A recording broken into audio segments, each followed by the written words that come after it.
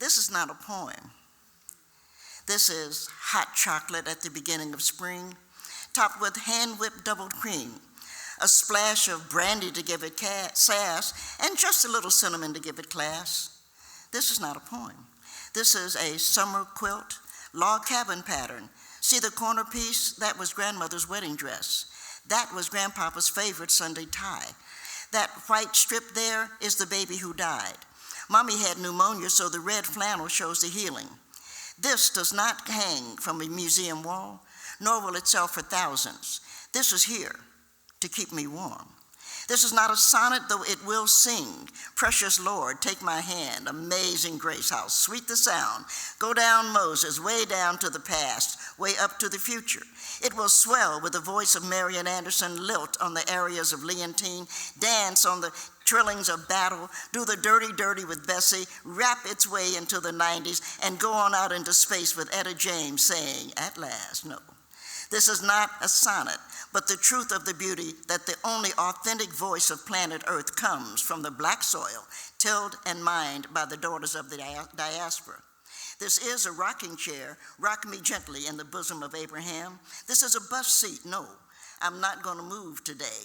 This is a porch where they sat spitting at the fireflies, telling young Alex the story of the African.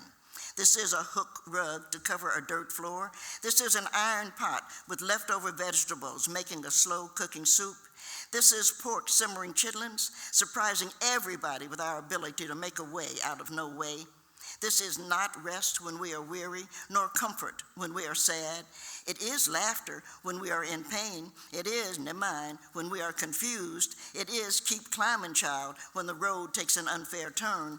It is don't let nobody turn you round when the way is dark.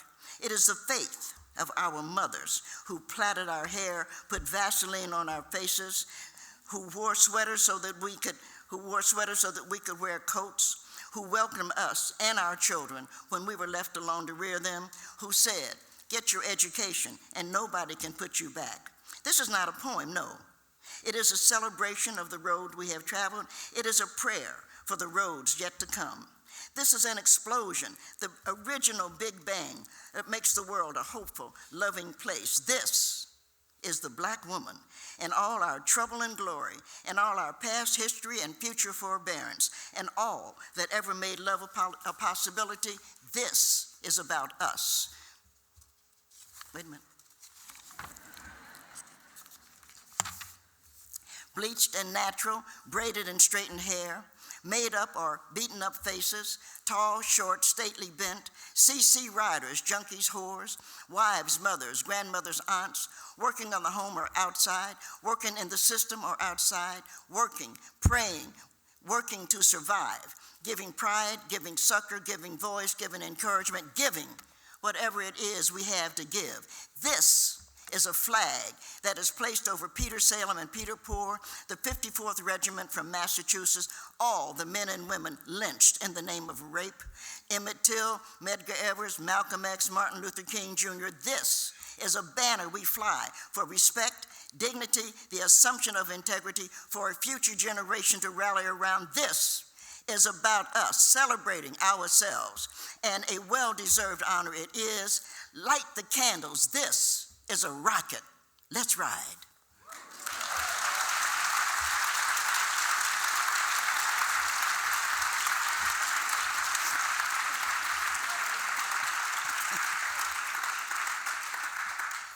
I really love that.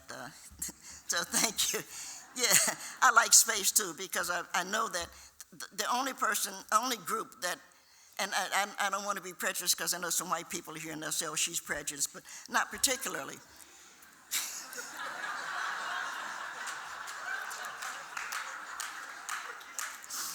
But the only people that can go into space are black women, because we're the only people that have gotten along with every damn thing.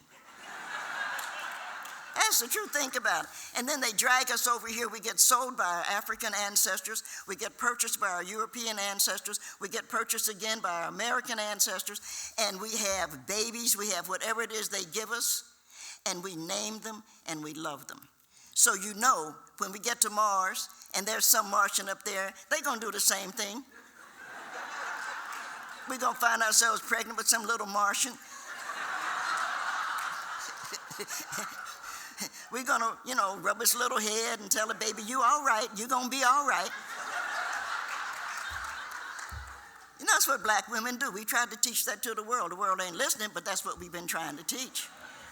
It's a wonderful thing to be a black woman. I'm going to recommend it.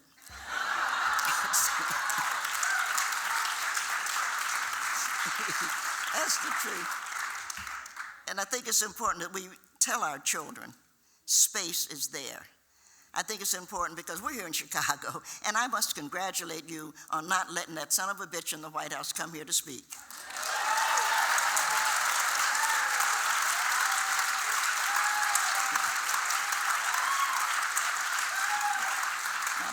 I'm extremely proud of you, and I'm very, very disappointed in Benedict College for allowing Donald Trump to come down. I think, and I know what they're going to say. Well, we needed the money. Well, that's what Judas said.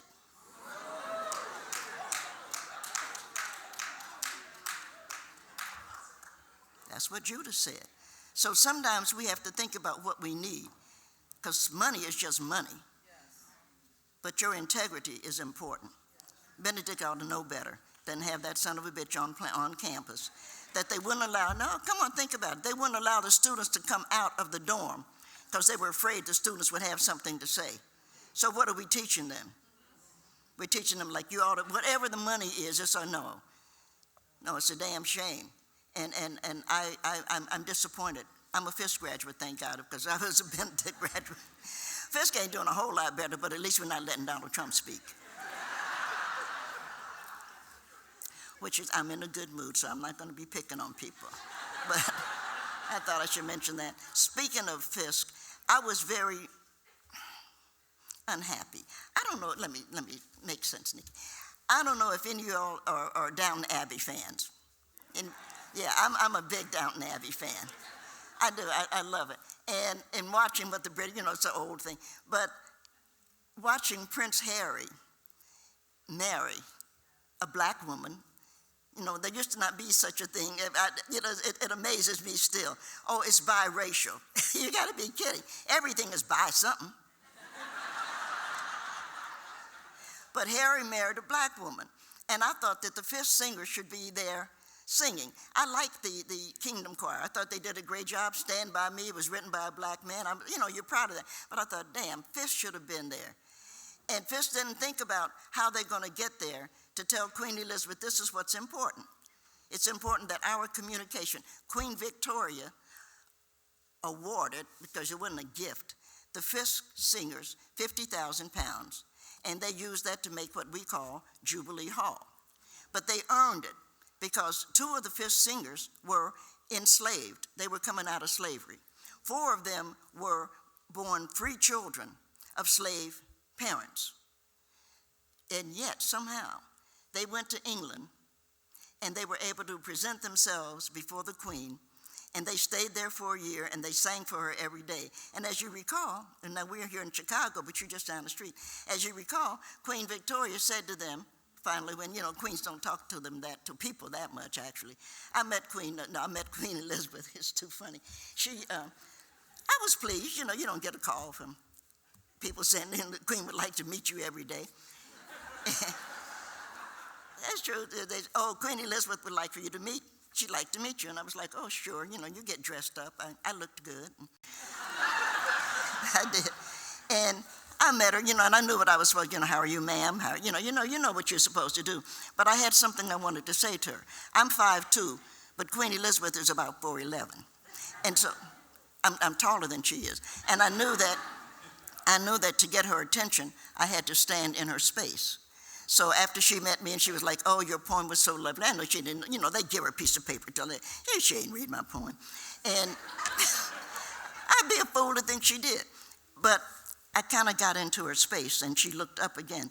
I said, ma'am, we have something in common. And she looked up with one of those, I'll never forget that, and said, oh? I'll never forget that, oh. And I said, your grandmother, Queen Victoria, I'm a Fisk University graduate, and your grandmother invited the Fisk singers to come and to perform for her. They stayed with her for a year, and they were awarded 50,000 pounds, and our school was saved. And she said, oh. And I know that as if I care, but nonetheless, I wanted to say, there's a connection. And we all have to remember that there are connections. And we can't let our egos get involved in it not being. Now, I can't actually see my audience right now. I can see who's in front. I know some of the people who are here. But for the most part, I can't see you. But I know and it's okay, I'm not asking for the lights to come up. I just know that the youngsters today are having a hard time. They're looking at Facebook, they're doing, tweeting. They're just involved in those stupid phone things. And they are thinking, nobody likes me, I'm not a friend. They're being made lonely, is what I'm trying to say. And I think it's a damn shame, because everybody fought. And I want to just mention this, and I don't usually give a lecture. We're talking about power. I don't usually give a lecture on power. But my generation, I'm 76 years old, my generation fought to get rid of segregation. And we did. We paid a high price for it. Many of us are dead. Most of us have been beaten. Many of us have been in jail, but we got rid of segregation. This generation, our children, are now in college, and they're bitching because nobody likes them. You want to talk about don't be liked? They need to get over it, because every generation has a job to do. And a part of it, if we want to get rid of segregation, then we're going to have integration at some point. And that doesn't mean we like each other. It just means that we have to find a way. Because between segregation and non-segregation, there still is racism. Am I making sense? And the kids that are now going to what we would have called at one point white schools, and they're saying, well, the kids don't like me. Well, what the hell? We fought to get you in that school. You take your black ass to school and go and...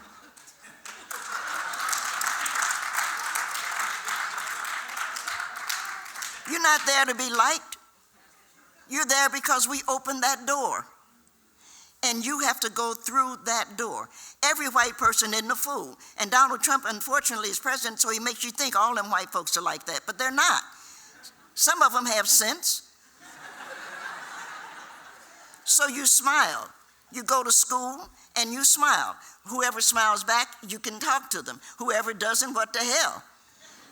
Whoever says nigger, you say cracker, and go on about your business.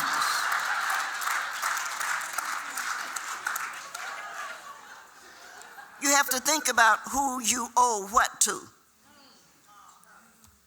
We fought to get you there, and we didn't do that because we thought you'd be happy. We did it because it was the right thing to do. And we expect you to continue doing the right thing. That's incredibly important, that you not let people make cowards out of you. We got a coward in the White House. We got a man tomorrow. He's going to go in and address the veterans, a man who is a draft dodger. I come from black men who had to fight to be able to fight for this country. Am I right? I'm right. Without the black soldiers, none of this. We couldn't have won the French-Indian War without black soldiers. We can go back that far. We couldn't have. And so you got to know enough about your history to know who you are answering to. Because you're not answering to the Donald Trumps of this world, because they're liars and fools. And you've got to find a way to say, I know the I'm a Christian. We were talking about that. I just want to mention this. I grew up in a Christian church. My grandmother was a Mount Zion. She was a Baptist. My mother, when we moved to Cincinnati, was AME, African Methodist Episcopal. There's a lot of you white and you don't know what AME is. And no, I like the, I mean, they were good people. The music is wonderful. But we have to remember, when we look at Jesus, we have to remember Pontius Pilate. Because Pontius Pilate is sitting there, wasn't he? And he knew he had an innocent man. He had 3 crosses and 4 men. Excuse me. He had, yes, 3 crosses and 4 men. And he knew he had an innocent man, but he was a coward, was he not? And he had said, you know, y'all decide. And of course the crowd is crazy. And so the crowd said, give us Barabbas. Because the crowd is not to be dependent upon. That's why you have to be sure you vote and write your vote. You not only do the electronic thing, be sure you write your line in. And then remember that somebody's going to try to steal your vote. Let me just share that with you. But vote anyway, because they beat the living hell out of Fannie Lou Hamer so that you could vote. So you go and vote for Miss Hamer for no other reason. Write it in. I wrote, for the first time in my life, and I voted, I wrote in, none of you.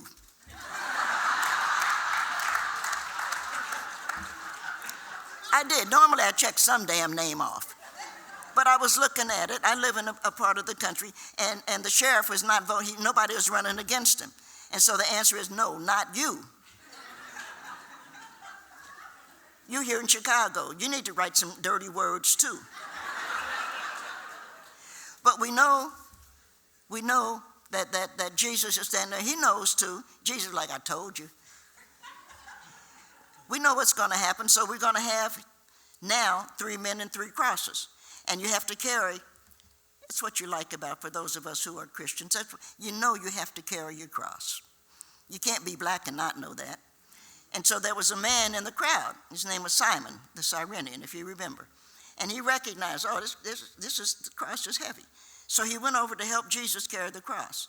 I've always said I wish I knew what they talked about, because Jesus liked to talk, and he liked to tell stories. And I know he and Simon must have talked. But we know when they got to the end of Calvary, Jesus is going to have to go up on Calvary, and Simon's not. So I'm sure that Simon said, well, this is where I have to get off. And I'm sure that Jesus said, good luck. Because he knew he was just going. He knew his Father was going to take care of him, but he also had a good idea of what was going to happen to people like Simon. But what interests me is that we ended up with Jesus in the middle of the 3 men.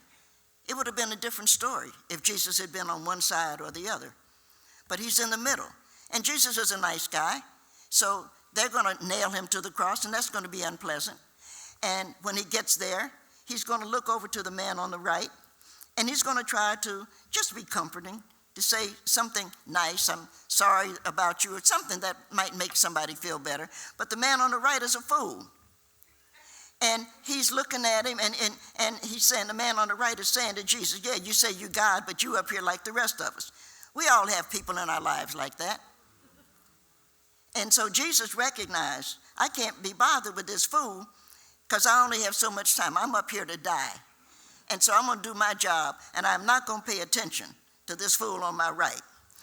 As she turned to the left, the man on the left said, I believe that you are God. And as those of us who read our New Testament know, Jesus said, today you will be with me in heaven. We know that. So we call ourselves a Christian nation. So the one thing we know ought to happen is we ought to get rid of the fools on the right and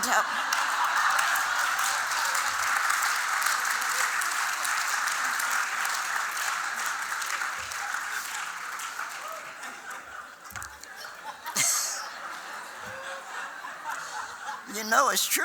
It's true. I like Jesus. He's a lot of fun.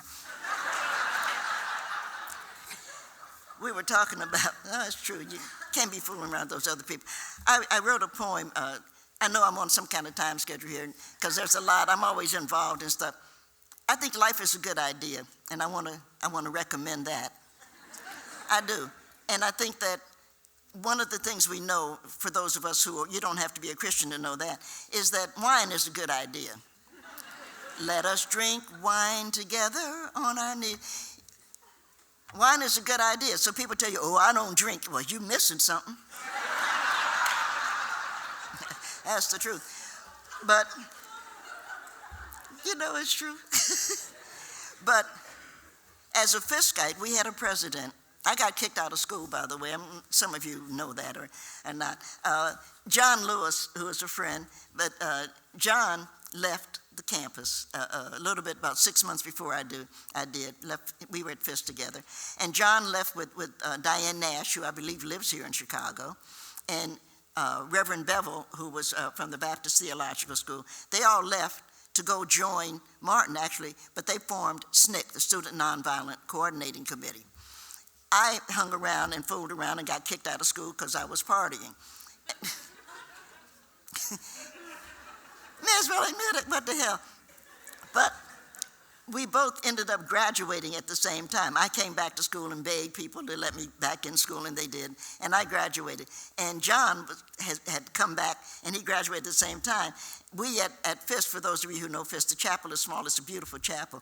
And we looked over, and it was John, and I went over, and we held hands and walked down together.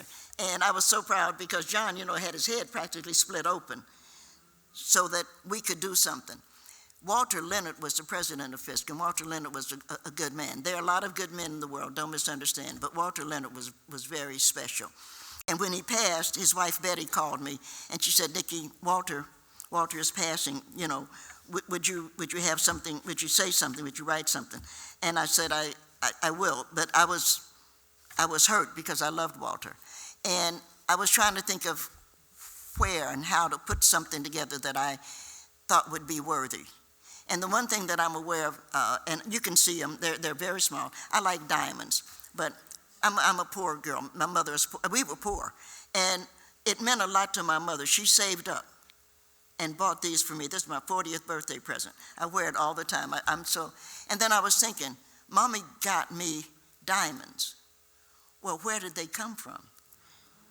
And so a lot of people think a diamond is a rock, and it's just there, and somebody found it and polished it, and it was okay. I don't think so. I know if we put all of us in the ground, it might take a couple of thousand years, but we will calcify. And somebody will come along and pick up a piece of us and not know who we are or who loved us or why we are. It will just be there. You'll pass some of the rock and you'll see it and you will ignore it. You do that here in Chicago, you just ignore it. But there are some other pieces that you look at it, you look at the rock and you say, I wonder what that is. And without thinking, you pick it up and you put it on your dresser at home. And somehow or another, it comforts you. And I wanted to say that Walter is going to be that kind of comfort to somebody. I wrote a poem called Heritage, because we are all going to be somebody's heritage, and somebody is ours. The folk here are old.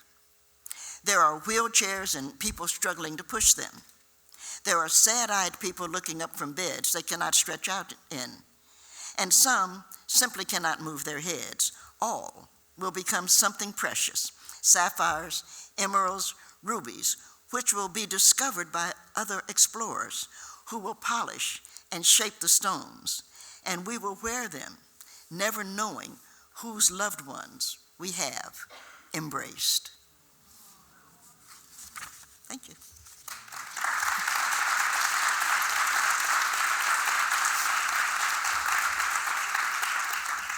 I just always liked that because it dawned on me, there's some things you don't pay any attention to, and then there's some things you get interested in, and you wonder, well, why am I interested in that? I'm going to close on a poem. My father was a fool.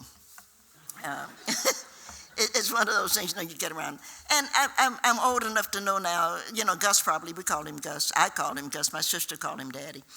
But I'm kind of old enough to know he probably didn't mean to be a fool. It was a frustration, something else going on. And I guess the older I get, the more I'll begin to understand it. Did you see, I just got to say that. Did you see the other day where Popeye Chicken was having a chicken sale or something?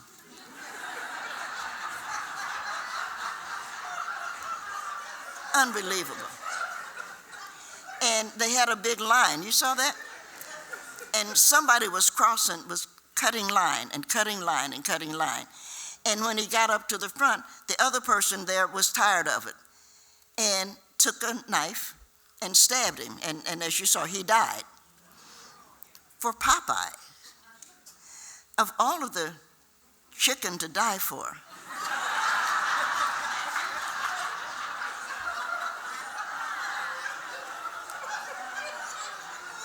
I just felt so sorry. I wouldn't die for any of that Kentucky, for none of that shit, because white men can do a number of things I'm not going to take, but they cannot fry chicken. No, it's not. On my bucket list, we were talking about, but I have a bucket list, but not a big one, a little one. But on my bucket list is beat Bobby Flay. I want to challenge Bobby Flay to frying chicken, because I fry the best chicken in the world. That's the truth. Thank you, I do. Gus had his issues, and that was a long story, long way to go. And I'm trying to understand and do some things. A lady who was sitting down here, we're working on a book together, and I hope that we get it done. The book is entitled, her name is Emily Cavos, but the book is entitled Standing in the Need of Prayer. And it's 3 poems to make one book. I really like what it's doing. And what we're doing is celebrating black boys. And what my editor is upset about is that we have a black hooded boy, so that's Trayvon. And he's carrying a book. And the book he's carrying is The New Negro, right? And what everybody's objecting to is there's a gun and the white skin and blue. So it's a cop going to shoot him. And everybody said, well, not everybody, my editor, a couple of people said, oh, that's that people who think you're shooting a black man. I said, everybody in the world knows I ain't going to shoot a black man. There are a number of things that might happen, but I ain't going to shoot any of these children. I mean, come on. We need to show that. My father used to, if he said to me, what are you doing at 11 o'clock Saturday night when I was a youngster, I'd say, I'm listening to my father hit my mother. I used to think I was listening to my parents fight, but they weren't fighting because mommy was getting beat and he wasn't. And it's one of those things. And so I didn't like him. And I finally went to live with my grandparents because I couldn't handle him doing that to her. She obviously had whatever reason people have to put up with whatever they put up with, but I realized her marriage is none of my business, so the best thing I should do is get away from it, which I did. But then I got a call. I lived in New York. Now I'm old. I have a child, I have a dog, and I have a Volkswagen.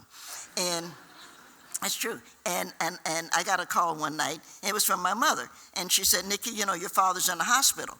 And mommy had to know of all of the things in the world, I couldn't have cared if he was in the hospital or not. So I was thinking, I said, okay, to myself, what's going on here? And I realized she needed a daughter. Now, I happen to have a son, and I think sons are nice. But there are times that no matter how you look at it, you need a daughter. And I think those of us who have daughters are so lucky because there's just nothing like a daughter. You can just, sons will come and clean your roof or clean the gutter out or something. But your daughter is going to come and sit and have a glass of beer with you. I don't drink beer, I drink coffee. So I knew, though, that mommy wanted somebody to be home. And so I packed up my family and I moved back to Cincinnati.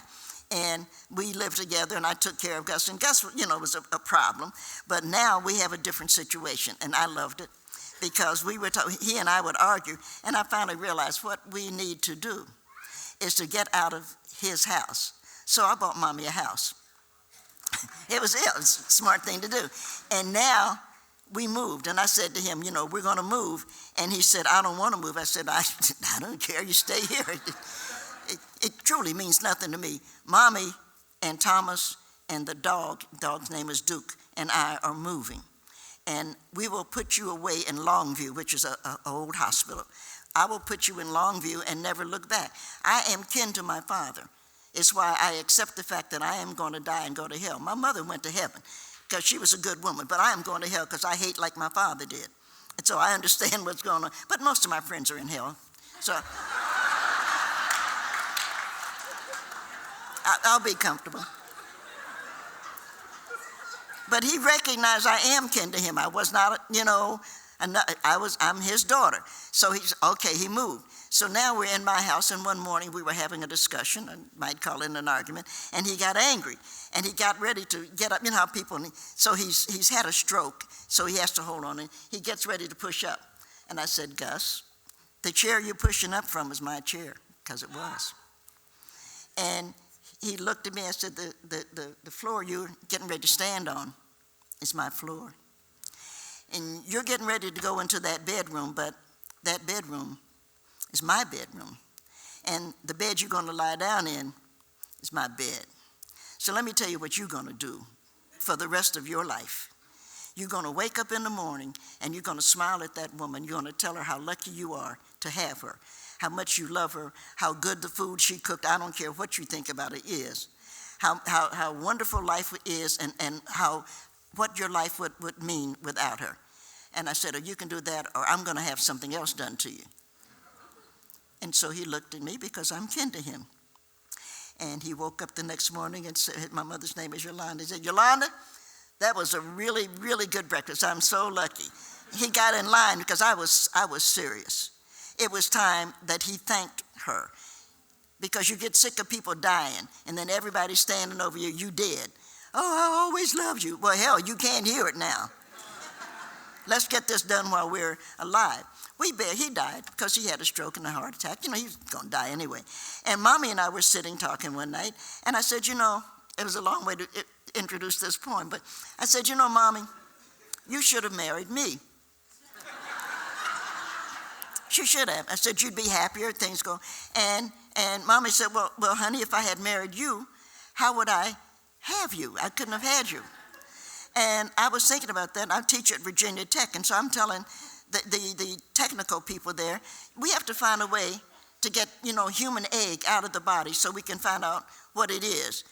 So a good human egg we'll keep, but one that we can see, there's something wrong here, we'll scramble it and give it to the dogs.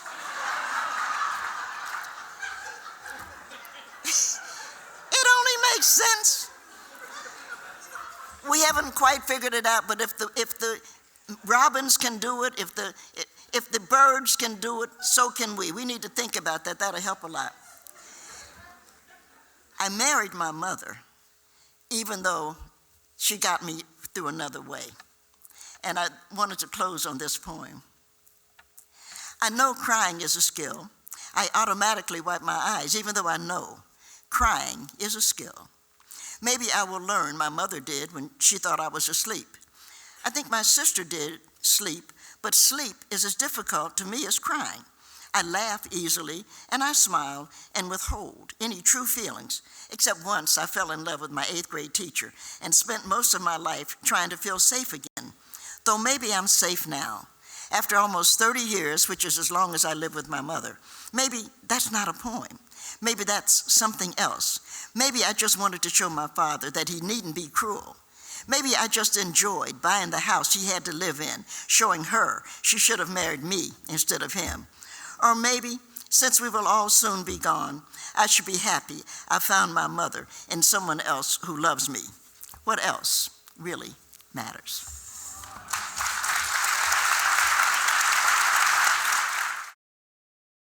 But I just want to keep it sort of going on where you ended, because that was one of the things we can talk about everything, but I do want to talk about a good cry. It's a small book, but it's heavy. In a lot of ways, last week or so that I've been really diving into it, it's gotten heavier, and I feel the spirits. I feel your love and care for all of the folks that you wrote about, and their stories, and they're deep. Can you just talk a little bit about, hey baby, I love it, poetry is for all ages. Just talk a little bit about some of or whoever maybe the spirits that have been with you, if you feel that at all, that they still, sort of talk to you, or that they stay a part of your life, if that's an experience for you. Yeah, they do. First of all, I like a lot of people, I didn't learn to cry. I started this book, I was about 74 before I learned to cry. I had a seizure, And my doctor, who I'm always laughing because Gregory is cute, and Gregory said, you had a seizure and you have too much sugar. You know how they go through that too much salt. And I said, Gregory, the reason that I had the seizure, because I had recognized myself, is that I've held everything in. And I was just talking about my father, but I held so much in. And it finally had to come out. I didn't learn to cry. So once I learned to cry, I could let it out. So now I cry about anything. No, Mrs. Bates got raped and Mr. Bates went and killed the man who did it. I was, oh, I'm so glad. For those of you who follow Downton Abbey, which I absolutely love. Yeah. And, you have to find a way to let things out or to look at things in the way that you do. So I ended up writing A Good Cry, which almost was entitled Surveillance, because I watch. I really do. I do watch almost all the time, and I always know where people are or what's going on or what I watch, and I know now it's good to watch, but it's also good, I think, to cry, and that's how A Good Cry came out. And I realized, well, we could do it. What we learned from Tears and Laughter was my editor. That's her job, I guess. But for me, it was just a good cry because I think that men too need to learn to cry because they end up taking frustration out on the people they love, and it doesn't make sense. They're upset. Well, sit down and cry, damn it, and be a man enough to recognize men cry. Because I always a real man doesn't cry. Well, what does he do? No, men need to stop the game they play. It's two things that men do that I don't like, and you didn't ask me that. I think that it's... You're good. No, I can go down this road with you. Well, since I started it, men play about the size of their penis, and they play about whether or not they cry. And it's not something that any woman that's ever loved any man cares about. She never asked him, what size is your dick, and she never said to him, will you cry? It's two things that never happen. And men need to learn that they're playing that game for other men. Mm-hmm. That's real. That's real. So, I talked a little bit about this, but as a writer and as a poet who I spent a lot of my time doing administrative work, and one of my goals for this year, and I write spoken word poems, so they're really long. So one of my goals was just to write a poem, just one poem, because I knew that poem would transform me and the rest of my work. And so I think a little bit of what you're talking about is the work of poetry and how that transforms the poet and also the world around them. So is that something that you can relate to in terms of the poetry that you work on and how that influences the world around you, or is that I don't think, Yeah. I don't think I influence. I don't think it's an influence thing. I wrote a poem, though, that I love. It's in the new book. I have a book that's coming out next fall, and it's called Make Me Rain. And for those who are at jazz festival, jazz people, Make Me Rain is an old jazz tune. And I wrote it for Toni Morrison because Toni always said, whatever has happened in our lives, there's not even a bench. And, people started to put benches. I put 2 benches up myself for Toni. But when my mother died, I called Toni. We were friends. I called Toni, and I wasn't crying. It was just like Mommy died. It's one of those sad-ass things that you do. And you do. And Toni's listening. She listened, and she said, Nikki, write. She said, whatever you're doing, write. And I said, yeah, that's a good idea. Talk to you later. So we hung up. And that's what I've been doing. I was doing it before out of frustration. I think I'm doing it now out of love. But I look at it I'm looking at things differently. My poetry is very different. I'm 76, so it's very different what I wrote at 26, that frustration, and what I'm writing in my 70s, which I really love. And I love the poem I did for Toni, and the one thing that I'm sorry about is she can't hear it. Yeah. Yeah. But Maya, it was good relationship, I gotta say, because Maya, and we know both of them. Now Maya's one of those people that say, now what you gonna write when I die? Right, yeah. You think I'm kidding? Yeah. Maya, you've seen Maya's stamp, haven't you? She's the one that picked the stamp. She's the one that wrote the bio. Maya don't fool around. She don't want anybody else doing something on her. But it's amazing. Yeah. But Toni, it's a whole different thing. So I have to hope that my mother says, to Tony, I know Tony's sitting in heaven saying, I like what Nikki wrote. Did you check it out? Yeah. So I do have some more questions, but I want to make sure we get some from the audience in here. And so Diane Meads, are you in the audience? Okay, so she wants to know, but she's not here. What I was, you are? Oh, hi, Diane. Okay, thank you. Just want to acknowledge you. So she wants to know your opinion on reparations. And this is something we've been talking about all festival. We've been talking about power. We've been talking about politics. I know it's kind of what you were saying just a bit ago. The focus in your life right now is not politics. I am kind of curious, though, of sort of where you are. I mean, there obviously have been some historic results lately where you're coming from. I'm in Virginia and other parts of the South. Where are you at with that conversation, either on reparations or just politics in general? Are you paying attention? Oh, of course I pay attention, and it's not something that I am unaware of. Don't misunderstand. But for me, reparations won't do. If America thinks they can write a check and it's going to be all right, they're wrong. Right. And we have to make some other changes. I'm not standing on a corner. I'm not a whore, so you just can't say I'm going to buy her, because that's what, to me, reparations are. But I wouldn't fight with anybody about it, because 40 acres and a mule kind of makes more sense. But we have to, we on earth are earthlings, and that's been one of the revelations, not a revelation like that, like, oh my God, but we are all a part of earth. So I think the fight is not what white Americans are going to do for us, because they really aren't going to do anything, but the situation is, what are we going to call ourselves? And I'm always talking about Martians, and I may not make sense, and I hope I'm not offending anybody, but I know that there's life in space. We all know that, if you're paying any attention to space at all, because once you see the water, something's holding the water. And we know that. And so it was the poets who started to say things like, there's water on the moon. And everybody said, there's no water on the moon. You can read my work going back some 20 years. And I'm talking about water on the moon. Well, guess what? There's water on the moon. Right. And the water on the moon will grow food, which means there's something living on the moon. And as we go into space, there's going to be something else living, which means when you are asked, now we are Black Americans, okay? If anybody asks you who you are, tell them you're a child of God. And that's the way that the enslaved gave some power to their children. But now, if I had, and I'm fortunate enough to have a granddaughter, and I want her to know, if anybody asks you who you are an earthling. You are not black or white, you are an earthling. And that becomes important, and that's what has to change, because I don't want a check.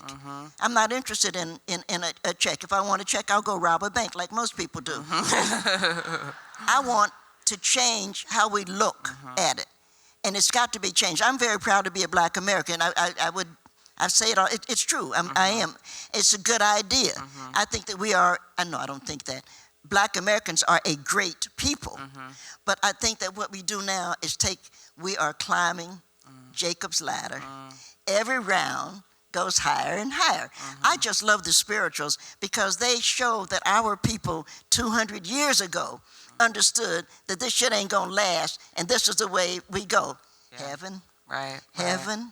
Everybody talking about heaven ain't going there. And I just love the sarcasm. I do. I just love what they did. And I love the fact that they recognize, when you look at the spirituals, and there are about 1,000 that we can identify, not one talks about retribution or reparations. Not one. We are good people if we can be that forgiving. Now, does that mean that I don't think that Dylan Roof should be? I think he should be electrocuted. Who shot the people in Pittsburgh? No, it wasn't Pittsburgh. North Carolina. I think we should kill him. Frankly speaking, because, as I say, I'm going to hell. But you don't want to be. No, I don't want to run into him when I'm in Popeyes. Well. That's real. I shouldn't. No, I just think, you talk to people in the language they understand death, then let's give it to them. But as we go forward, I'm really excited about shedding this separation on earth and moving it forward. It's not because I think we should be united. I was so upset with Cory Booker. Cory's got to, God bless Cory. Cory's got to get a wife or he's got to get a dog because he just can't. He can't go on like he is. But I'm not trying to unite the people. I don't expect everybody to, don't misunderstand what I'm saying. But I do know that the next step as we climb Jacob's ladder, the next step is that we look at this whole planet and that we figure out what we are going to do with it. I'm a big fan, of course, of the climate. We need to look at what we're going to be able to do with the climate, what we have done to it. California is burning because they cut the trees down. Now, the trees did two things. So the trees are embarrassed. They don't mind being burned so much because they were that's what was used to hang the black men, right? I had a poem, but they took it out. It was a lovely poem that all of the trees in a certain area in Florida, all of the trees died. They just fell out, except this one tree. And the one tree, they asked the tree, why are you here? And the tree said, I'm waiting so that I can hang Donald Trump. They took that out, huh? Censorship. My editor thought that's probably not. But wouldn't you just like to see him being lynched? Just swinging back and forth. And I thought, when you look at the malls, Yeah. you realize that there are trees underneath there. Yeah. There are living things underneath there. And if we leave it alone long enough, it's going to come back. It's going to. Am I making sense? Yeah. I think it's, we with you. I think it's so. I think it's. So Hitler was a bad idea. this kind of continues on that. This next question is from Sarah Marmer from Humboldt Park. She represents her neighborhood. And this kind of goes with what you're saying. Just I think the president, the man in the White House, is sort of in some ways a stand-in for what folks are calling dark times that we're in. And so this question kind of talks about that, but frames it in your work. Your work feels like a bracing tonic and sometimes a sweet inspiration in dark times. Oh. Do our current dark times feel like something you've already seen, or is this a new kind of darkness? And where can we find sweet inspiration to get through it? Well, it's clear that if Hitler had married Satan, they would have had Donald Trump.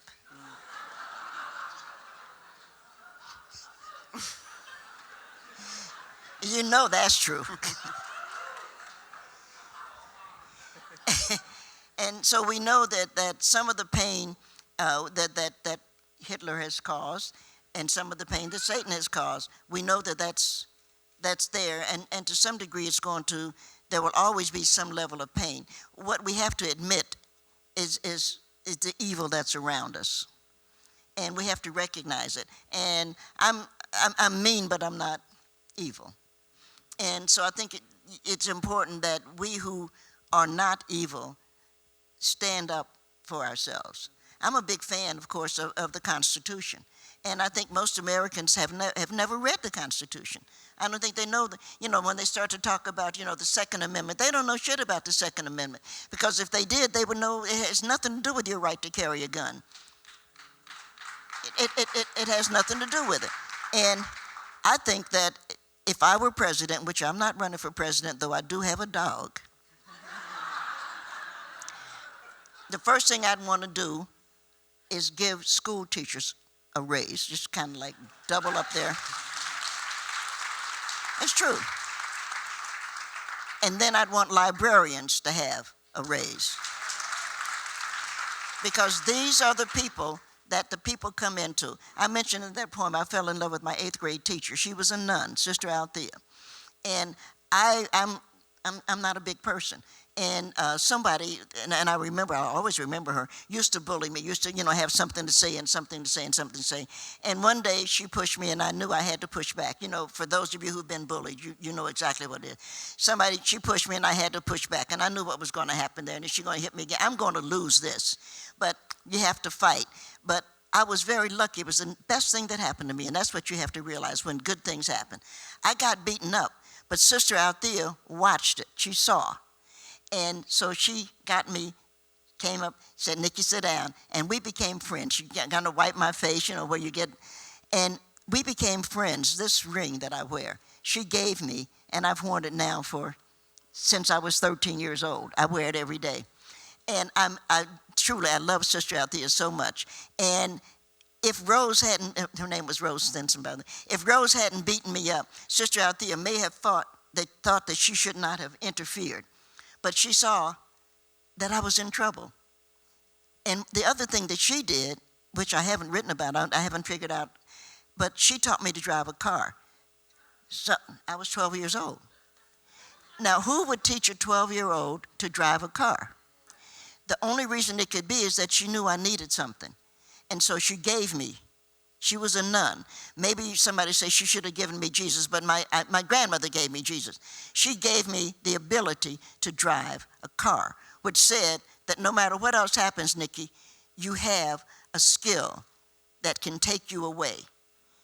And it's probably the one thing that kept me from jumping off a bridge or, you know, because a lot was going wrong in my life. And I realized, one, Sister Althea loved me, and two, I now can drive a car. And so I went to live with my grandmother. But it's really, that's a funny answer to your question. But what you're trying to do in life is get through those periods that you don't kind of understand and get to the point that you can. And you have to know who loves you and who doesn't. And I think a lot of people make that mistake. And I especially think the kids today, I think that they're trying to be friendly with people who don't like them, and they're overlooking the people who do. You know? Yeah. Speaking of the kids today, Michael asked, in your opinion, is it easier or harder nowadays for young people, especially people of color, to become successful? I don't know what success means, Yeah, so yeah. and I just like that, you know, Yeah. like, oh, you know, work hard and you'll be successful. You got to be kidding. Yeah. This is America. You work your ass off and you ain't gonna get shit for it. Yeah. What? That's the truth. But you can stand up for what's right. Yeah.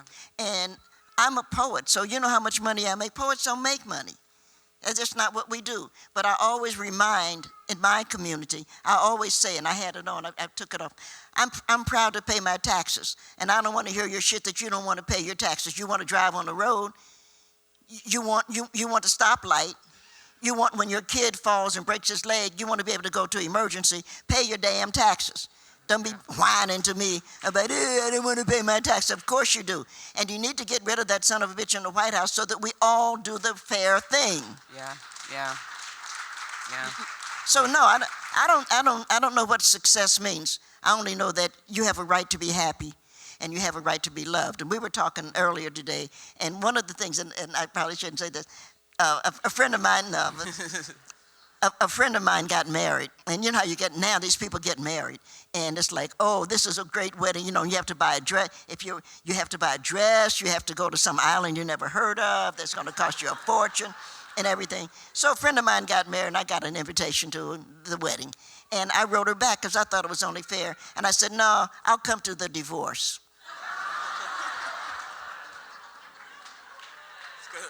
That's good. That's success. Yeah.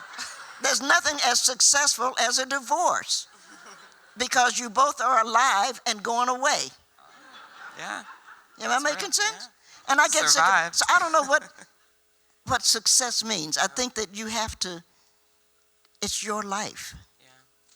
And you have to embrace it. And what helps you get to that point is good.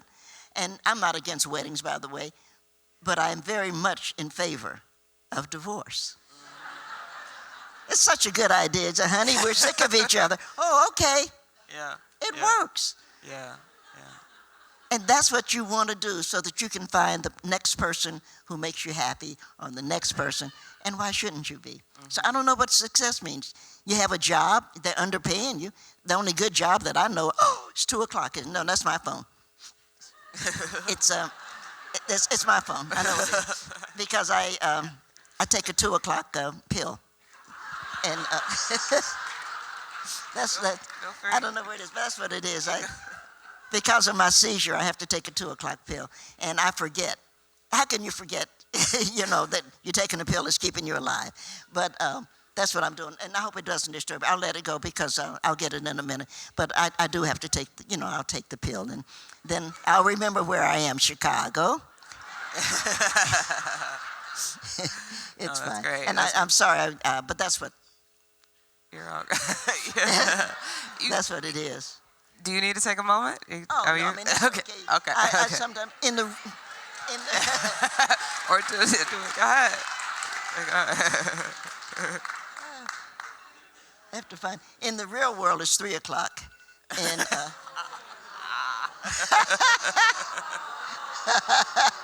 I have one more question. That, don't I? When you're traveling, it's very hard to keep your medicine straight, because if I were at home, it would be 3 o'clock, and I would have taken it. But I just came back from London, which was really wonderful. I hadn't been in London in like 4 years or so, and it really just screwed everything up, because this phone, like all of those kind of little crazy phones, it talks to itself. And so when we got to London, it was on its own time. And I couldn't keep track of Eastern Standard Time with this. So I had a watch on, but then you have to remember to look at your watch and whose time is, it's a mess. It really is a mess. And you feel so embarrassed, and then you finally say, what the hell? Everybody does something. You got false teeth, you know what I'm saying? You got glasses, you got ear thing, because you can't hear. What the hell? So you just go ahead and do it. But it's a little pill. It's not a big pill. I'll find it while you tell me somebody had a question. Well, go ahead, take your time. Yes, okay. The one thing I wanted to ask you about, go on, take it.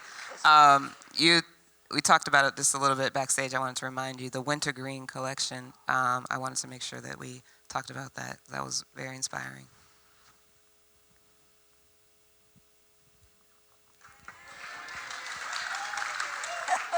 This is real life, y'all, real life. Yeah, we in Virginia Tech, when I was invited to teach at Virginia Tech is my first job. I have spent all of my life on the road, and for those of you who have spent your life on the road, you have a good idea of what it's like. I like it, and I took Thomas. My son is named Thomas. I took Thomas with me. The dog usually stayed with my mother, but being on the road teaches you how to get along. Things work. But I finally got offered a job, and Virginia Fowler was the person who did. She recruited me to Virginia Tech, and I would talk to my mother, because by that point my father was dead, and I went up. My office was downstairs in our house, and she's upstairs. And I went up and I said, I got this letter from a Virginia Fowler, because I didn't know Virginia, and I said, I got this letter, and she's inviting me to come to Virginia Tech. What do you think? And Mommy said, whether thou goest, I will go with you. And I said, okay, then let's sell the house and go to Virginia, which is what we did. And of course, it was really nice, because Jenny was very nice to my mother, and Mommy is friendly, and so she made friends. But then her middle sister said, how come she gets to come and I don't, because Haynes had died, or her husband had died. And we said, okay, so she bought the house across the street. And that meant her baby sister, Agnes, was very upset. Well, how come everybody's there but me? And so she bought a house down the street, and Agnes just died a year ago. And so now the whole family's right there. And it was just really, really nice. But I don't know a lot of people. I less than don't know a lot of people. And Joanne Gavin, I was invited to speak to JMU, and Joe said, well, what are you going to be doing? I said, I'm going to someplace called Virginia Tech. Right? And she said, well, that's right down the street. For those of you who know that, JMU is 2 hours from Virginia Tech. And she said, I'm going, she said, we're right there. She said, who do you know? I said, I don't know anybody. There's something called the CLA, Colored Literary Society, or Association. And I didn't really know those people, because I don't belong to things, because I'm always, and so now I'm having a real job. You know what surprised me, though? I'm sure you get paid twice a month. I was amazed, when I got my first check at Tech. You get it at the beginning of the month, and it's like, okay, that's great, and you go on and do what you're supposed to do. But then halfway through the month, I got another check. And I said to Jenny, they already paid me. I'm going to walk back over, it's already. She said, no, you get 2. I said, if I had known that, I would have taken a job a long time. It was amazing. You get 2 checks a month. And what is that other thing? Health care. So Joanne wanted me to meet people on another level. And she said, well, why don't I invite some people up here being Harrisonburg, why don't I invite somebody so that you can meet somebody? I said, that's great. But then her husband, who was really nice, we call him Gabe said, Joe, if you invite them up to our house, you won't get to rest. He said, why don't you take them to Wintergreen? So she invited a group, Daryl Dance, Sandy Govan, Toni Morrison, Gloria Naylor, and a whole bunch. We all came up, and if she's here, Juliana has come recently. Yeah, and so Juliana Richardson. And so it was just really wonderful. We went up there, and we had a good time. Everybody thought, I think they thought that I was snobbish or something, because it was like they were very nervous. You get a Toni Morrison, get these people in the room, and it's like, but I'm not. I just wanted to cook and laugh, and once they found out, oh, she's normal, and we had a good time. Then I think it was Daryl, actually, who said, Dr. Dance, a critic, she said, oh, why don't we come back? And we said, yeah. And we've been meeting 32 years. Wow. Isn't that amazing? It's wonderful. Well, what I want now, because I just wrote a piece for ESPN, and it was on Serena. I got invited to write a piece on Serena Williams. And I was trying to think of what to say about Serena that hadn't more or less been said. And what I realized is she's a baby sister. And her big sister is Venus. And without Venus, because Venus was alone on that path, she had to go through all of it. She was by herself. So when Serena came along, she had somebody who was clearing the path. And I wrote about that. And I thought, we at Wintergreen, we are big sisters. And we're clearing a path. This is what we've been talking about more or less. We're helping, I think, or I hope, to clear a path for the little sisters. So I wanted to write a book. I want not to write a book, I want to edit it. And I want my Wintergreen sisters to write about coming to Wintergreen. I didn't want a book, and I don't want a book that says this is how you write, and this is the history, and once, it was really sad. None of that shit. I wanted to write about how we came together and how it was fun. And we have to double up because of the way it is. So you have a roommate, and so you get to know your roommate. You get to, it's just a lot of fun. And of course, as Daryl's piece is so wonderful. But you get to lie a lot because we play bid whist. I don't know, the kids play, kids play spades, but we play bid whist. And I'm pretty good. But Daryl always says, I was beating you that time. I said, I'm not so sure about that, but it's her story, so she gets to tell it her way. And so we realized we had fun with no pressure because all of us are public. The Wintergreen sisters are all a variety of public figures. And coming together for that week, it's just a weekend thing. It's like, oh, you can relax. And I drink champagne because my doctor doesn't want me to drink red wine. I used to drink red wine, but there's something about a lot of the red wines and the way they age them that's not good for me. So I now have to drink champagne. Oh. That's the truth. And so we have a couple of people who drink the champagne, who drink Prosecco, and we have people who drink beer. Not many of us drink beer. But we realize this is fun, just having a bunch of sisters that we know have your back. And we have not, none of us have written about, and none of us will, what is said at Wintergreen. But I wanted to share not what is said, not what we said about each other, who we like or don't like, none of that. But I wanted to show the baby sisters it's important as we come together. Now, we've had some people that come to Wintergreen that didn't like it, and that's a fact. And so they didn't come back, and it's fine. They have, everybody's not going to like you. I mean, you know that. But to be able to come together, for those of us who do, and we cook, everybody fights about it. I fight about dinner, but of course, a couple of them really, and they do pretty good eggs too, fight about scrambling eggs, because there's nothing worse than badly scrambled eggs. Yeah, you see how ugly they're, So it's really nice. We do things together, and we stay, and we all relax. And when our husbands die, we all show up.